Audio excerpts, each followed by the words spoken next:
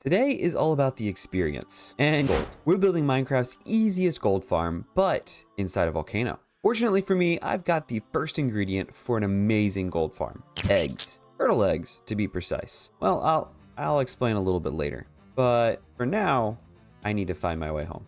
Now, you're probably wondering two questions.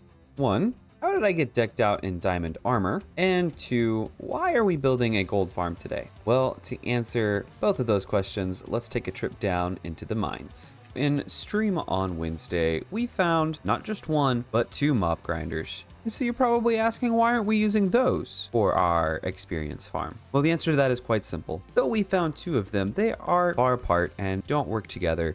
So getting experience from one or both of them is going to be very, very slow.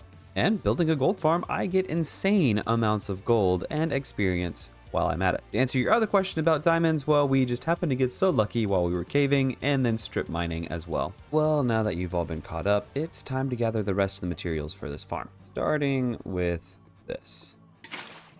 Now, this is gonna take me a while as I don't have any kind of efficiency yet, so I'll see y'all in just a quick second after I get all the obsidian that we need. That took way too long. Now, besides the obsidian for this farm, we're going to need some ladders to get on the nether roof, turtle egg, like I mentioned before, 4 trapdoors of any kind, 2 hoppers, 2 chests, 2.5 stacks of leaves, about 2 stacks of building blocks, aside from the netherrack you'll have to gather, and 18 slabs of any kind. It's also ideal to have a couple of stacks of scaffolding and some glass to build an AFK point. Now that we've got all the materials we need, it's time to go to the nether. And boy, do I hate it. That's why I'm decked out with iron armor again and a golden helmet. Let's check this out and hopefully we get a good spawn somewhere. All right, here goes nothing. Oh man, I'm so nervous right now. Oh, this isn't bad at all. This is basically right where we need to be. This is great. We've got a warped forest right there. We've got nether waste biome right and a ghast up there. Oh shoot, this could be bad. Out of arrows. You didn't see me? There you are. It's always a proud moment to receive this achievement. Okay, now that we're here, let's get to the roof. All right, here goes nothing. Oh, perfect, we made it. We're on top of the nether roof. We're still in the Crimson Forest. I think we need to go this way a bit. Now the fun begins. But first, we need to establish a way that's going to be safe to get to the kill chamber. So the first thing we want to do is count about 16 blocks away and create another nether portal. Now, let's hope this isn't linked up. And it is. This is gonna take a bit of thinking. I have finally got the portal situation sorted, so let's get to building the farm. While we're on this side of the farm, let's go ahead and build the overworld part. So we're gonna wanna block in the back of the portal here, and this is just to make sure that no mobs come through. Next, we're going to do the same basically on this side. All right, now that we have the barrier in place, it's time to dig down. Now, once we've dug down 22 blocks, it's time to dig out our kill chamber. Do a bit more digging, place our chest down, take our hoppers and put them into the chest, and then put some slabs down and then block off the rest of this area. That way, small mob children and the zombie piglins can't get to us. Once that's done, it's time to dig ourselves a way out. And boom, the kill chamber's done. Now it's time to get ourselves back to the nether roof. And up here, it's time to create the spawn area. To begin from each part here, we're going to go about 10 blocks. And from each sides of the portal, we'll be going 9. And before we get too carried away, we're going to check and make sure that this is the right portal to be messing with. And now that we know it is, we're going back. Next, we're going to make sure that we connect all the corners up.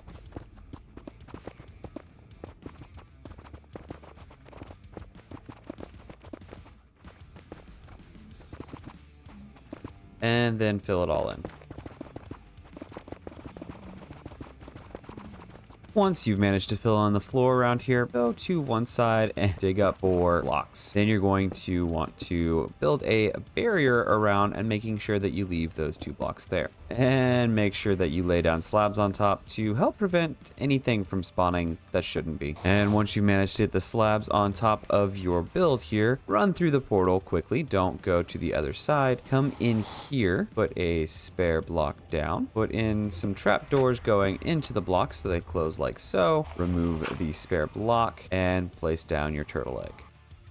Be sure to remove the block right here next to the turtle egg. That way the piglins don't actually get in there and break it. And finally put 2 more trapdoors. Now this is a design that I created. However, it has been tweaked by Lazian, a fantastic YouTuber who does lots and lots of tutorials. So you guys should check him out. And from here on is everything that he added to tweak to the farm. First thing you're going to want to do is come over to this corner here and build up 3 blocks. Remove the bottom 2 and then go across in a line. You want to do this with leaves or another transparent block as they are non-mob spawnable and will help save your life from ghasts and other unwanted spawns on the nether roof. Once you finish your first line, go over 2 blocks and start your next one. You'll want to do this all the way until you are done and you've covered the entire platform. Once you've managed to place all the leaf blocks, go back through and make sure you remove any of the temporary blocks that you had to use. Once you've done so, come out to the edge, build yourself a little staircase to the leaves closest to the portal there.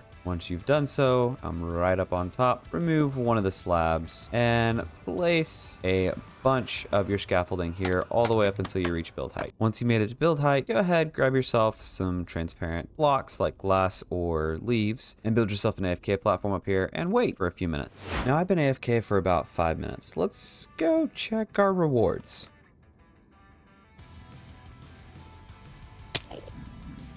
Now, if you're a dummy like me, don't try to jump off the scaffolding like I did. Oh, that's promising. Ooh, we got a few good ones. And we've already got some rewards. Let's go.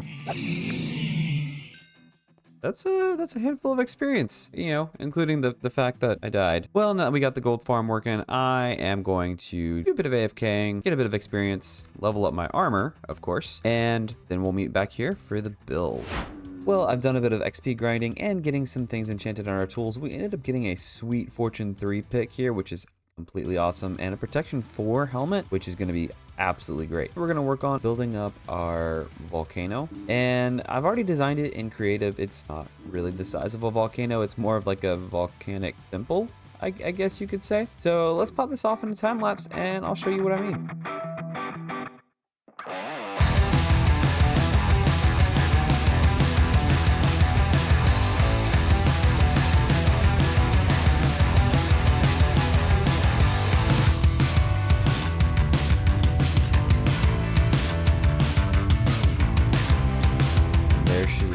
In all her full glory. I think it's a beautiful build meant to just kind of hide another portal, and I think it works well enough. Now, the interior here, we need to do a bit of work, and I think I plan on getting a bit of nether materials to decorate this out and make it look really, really nice. Now, let's take a look at the exterior real quick and get a better look for it. What I was thinking here is that it's mostly deep slate and basalt. And that's just to kind of mix it in and show that this is like dried magma of some sort. And then you've got the magma cubes that show that it's still kind of hot, but it's drying. And then of course, the nether wart block I thought was a nice touch that adds a little bit of color. It still looks hot and it still looks like it's a little bit more solid than the magma cubes there. And then finally, the netherrack is the state it gets to right before the deep slate or the basalt. And then of course, over here, we have actual lava flowing, which gives life to the build. And I think it looks really, really good that way. Now there's a few interesting spots here that kind of show, we'll add that there, it might help a little bit. It shows where it's kind of dried some as it's come out, and again here as well, and you got a little bit more heat in that block.